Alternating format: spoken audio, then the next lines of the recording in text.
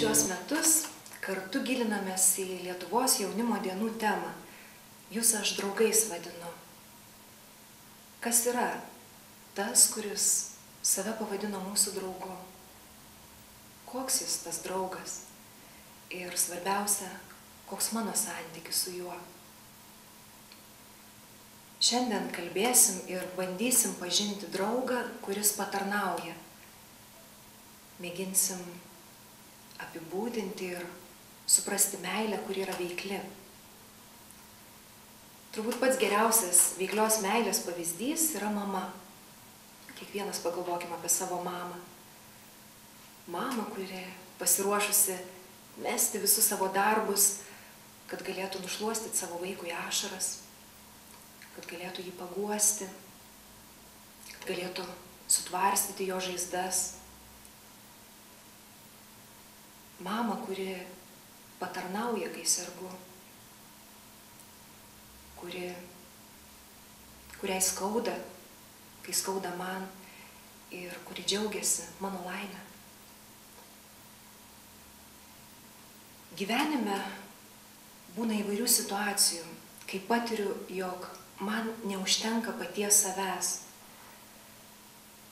Esu nuolat reikalingas kito pagalbos, nors ir labai nenoriai tą pripažįstu. Na pavyzdžiui, ne vienas negali pats sau susitaisyti dantų, arba vienas žaisti teniso. Aš negaliu savęs pamatyti iš šono. Be kito asmens negaliu bendrauti, draugauti, negaliu mylėti ir negaliu būti mylimas. Mes esam reikalingi tokių labai paprastų dalykų, kaip kito žmogaus pagirimas arba padėka, paguoda ar padrąsinimas. Dar daugiau, kiekvienas atpažįstam, jog mūsų širdise yra amžinybės ilgesys arba tas laimės troškimas, toji bedugnė, kurios negali pasotinti niekas kitas, kaip tik tas, kuris pats tą širdį ir sukūrė. Deja, žmogus ne visada mato savo ribotumą ir dažnai tik kančios, ligos ar net mirties akivaizdoj pripažįsta, kad yra reikalingas Dievo pagalbos. Esu reikalingas Jėzaus, to draugo, kuris man patarnauja. Esu reikalingas Dievo, kuris pasilenkia prie mano purvinų kojų ir kuris trokšta, kad aš būčiau švarus. Tik pasitikėdamas tuo mane užkalbinusiu draugu ir tik priimdamas atpirkimo dovaną, tik bendraudamas su tuo draugu per maldą ar Dievo žodžio skaitymą, tik stiprinamas sakramentų ir aš einu į tą veiklę meilę. Einu pagal mylinčio mokytojo pavyzdį plauti kojų kitiems. Tikra meilė yra labai konkreti. Ar prisimenate Evangelijos pagal Luką pasakojimą apie gailestingąjį samarietį, kuris neprajoja pro sumuštą keleivį, bet sustoja, nulipa nuo asilo, prieina ir pasilenkia, aptvarsto jo žaizdas. Samarietis aukoja neskaičiuodamas, nes tikra meilė yra labai konkreti. Ir toji meilė visada kainuos. Nebūtinai pinigus. Ji gali kainuoti tavo laiką, o tai reiškia dalį tavęs, dalį tavo gyvenimo. Mūsų kaip krikščionių pašaukimas skelbti Evangeliją visai kūrinijai prasideda nuo meilės pasilenkusios prie nešvarių kojų. Jeigu žmonės ir priešinasi žodžiams, prieš tokią meilę niekas neprotestuoja. Juk skelbti gerąją naujieną tai nėra sakyti kitam, kokios nešvarios tavo kojos, arba liepti, eik ir nusiplaukės, bet atvirkščiai. Tai reiškia atsinešti dubenį vandens, susijuosti rankšluosčiu ir pasilenkti, prisiliesti prie tų nenumazguotų žmonių gyvenimų. Kartu su Jėzumi jiems plauti kojas.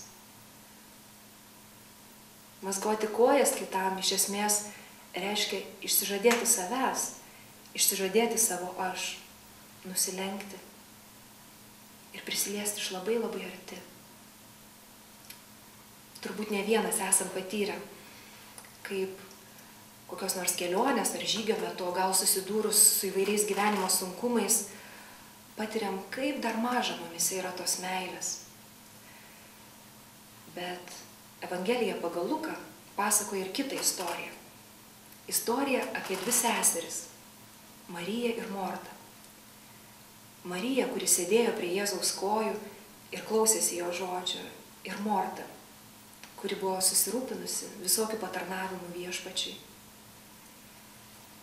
Ir ta Evangelijos vieta mus moko, kad meilės, kuri yra būtina bet kokiam patarnavimui, semiamasi būnant su Jėzumi, praleidžiant laiką prie jo kojų.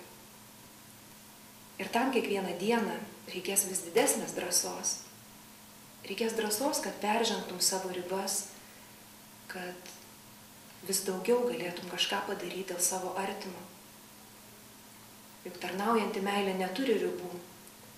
Šventasis Pranciškus, kuriam raupsuotieji iš pradžių buvo koktus, šlykštus, nepakeliami, paliestas ir perkeistas Dievo meilės, raupsuotai pabučiavo. Palaimintoji motina Teresė išėjo tarnauti šiukšlynų žmonėms, kartodama: Jėzau, noriu tave mylėti taip, kaip niekas iki šiol nemylėjo. Tokia tarnaujanti meilė šiandien nesuprantama. Pasaulis mums bruka visiškai kitokį meilės kabutėse paveikslą. Imk, o ne duok, naudokis, o ne dovanok, valdyk, o ne tarnauk. Bet Jėzaus meilė neturi nieko bendro su tokia karikatūra. Meilė nemanipuliuoja.